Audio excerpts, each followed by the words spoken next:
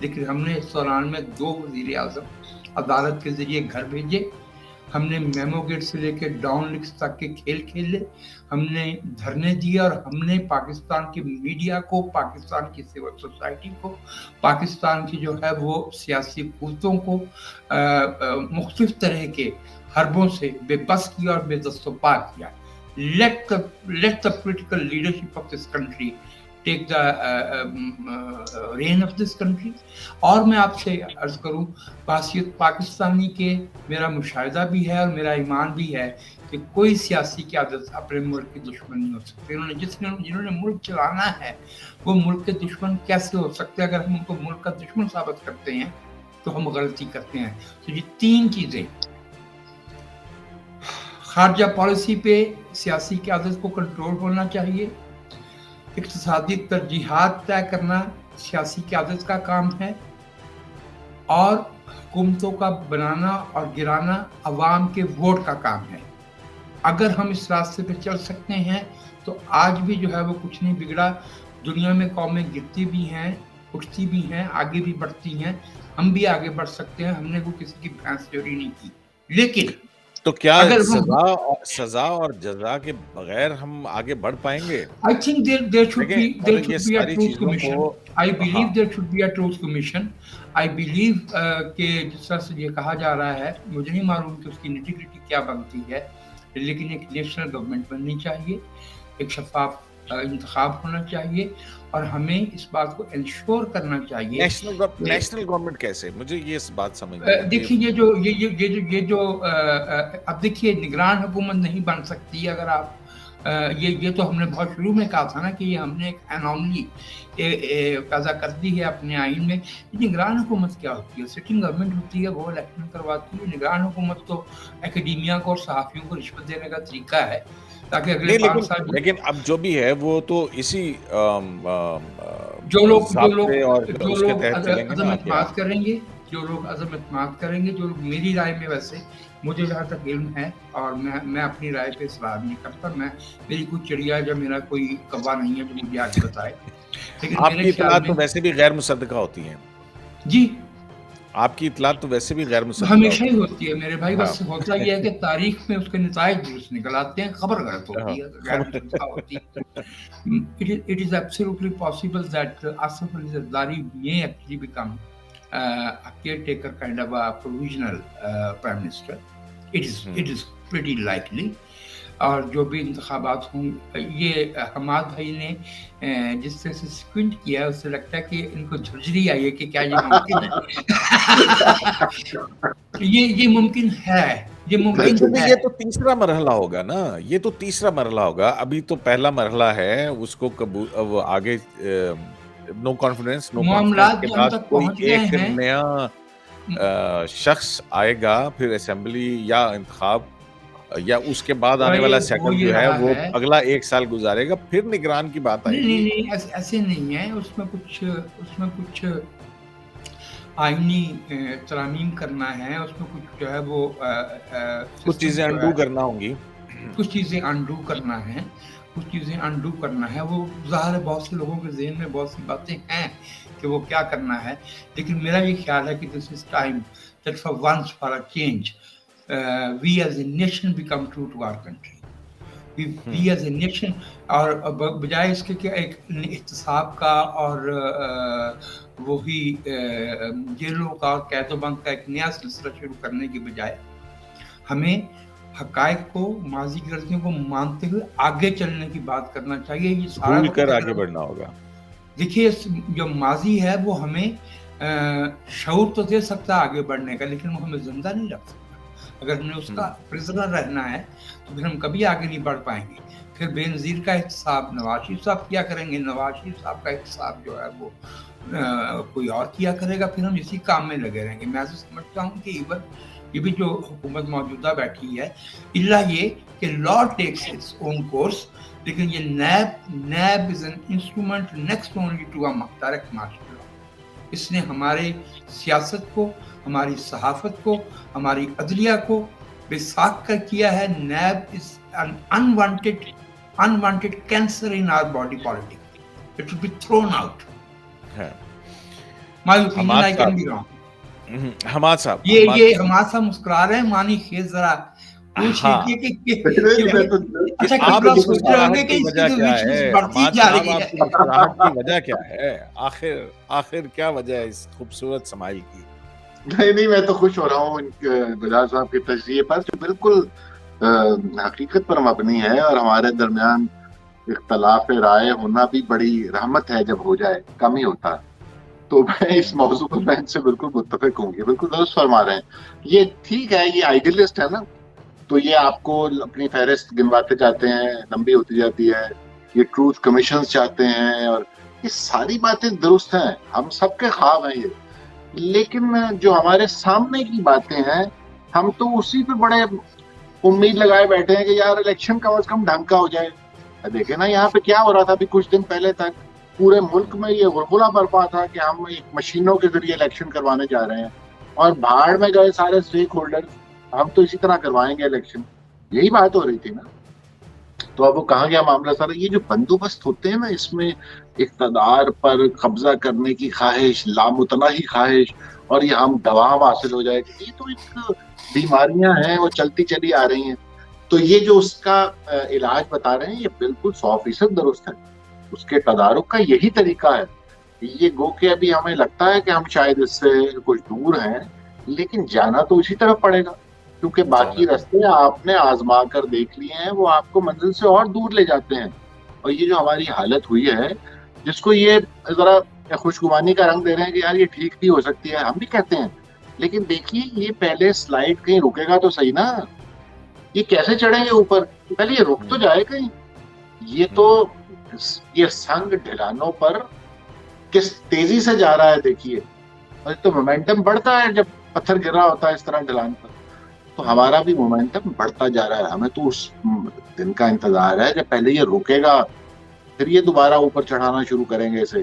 لیکن بہرحال ان کی خوشگوانی کہیں تو رکے حماد بھائی، موجوں کہیں تو رکے، کہیں تو رکے گی. تو ہم آپ کے ساتھ ہیں. اچھا میں اب ایک دلچسپ بات ابھی دیکھ رہا تھا، ذرا لائٹ بات کریں کہ مارچ کے مہینے میں آج تک کبھی کسی وزیر اعظم کو نہیں نکالا گیا. ٹھیک، یہ میں آپ کو ایک فیکچوئل حماد بھائی، یہ دنیا میں کسی دوسرے ملک کے بارے میں کسی کو یہ خیال اس لیے نہیں کبھی آیا کہ جتنے ہم نے نکالے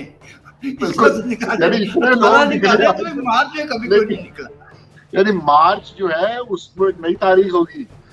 ہوا ہے وہ راجہ دادر پرویز صاحب، راجہ پرویز اشرف، لیکن یہ تو کچھ اور معاملہ تھا نا، ان کا دور ختم ہو گیا.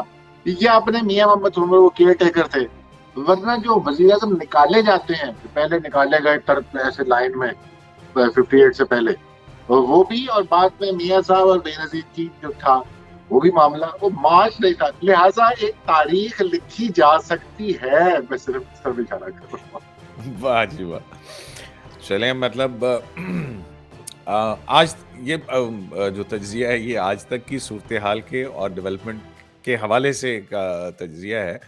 لیکن ہمارے ہاں جو ہے وہ آسمان رنگ بہت تیزی سے بدلتا ہے، کچھ بھی ہو سکتا ہے کہاں کس وقت. لیکن بات وہیں پہ آ کے رکتی ہے کہ چلیں سب کچھ ہو گیا. عمران خان صاحب اپنا اگر وقت بھی پورا کرتے ہیں تب بھی، اگر نہیں پورا کرتے ہیں تب بھی، الیکشن ہو گیا تب بھی. لیکن سب سے بڑا اور بنیادی سوال یہی ہے کہ ہم نے اس ملک کو آخر چلانا کیسے ہے، اور اسی کے اوپر جو ہے وہ ساری چیز آئے گی. یوٹیوب پر گوگلی نیوز دیکھنے کے لیے youtube.com کی سرچ بار میں googly news T V type کریں. گوگلی نیوز کے پیج پر سرخ رنگ کے سبسکرپشن والے بٹن پر کلک کرنا نہ بھولیے. یوٹیوب پیج پر اپلوڈ ہونے والی ویڈیوز سے باخبر رہنے کے لیے بیل آئیکن پر کلک کیجیے. آپ کو ہر نئی ویڈیو کے بارے میں نوٹیفیکیشن موصول ہو جائے گا.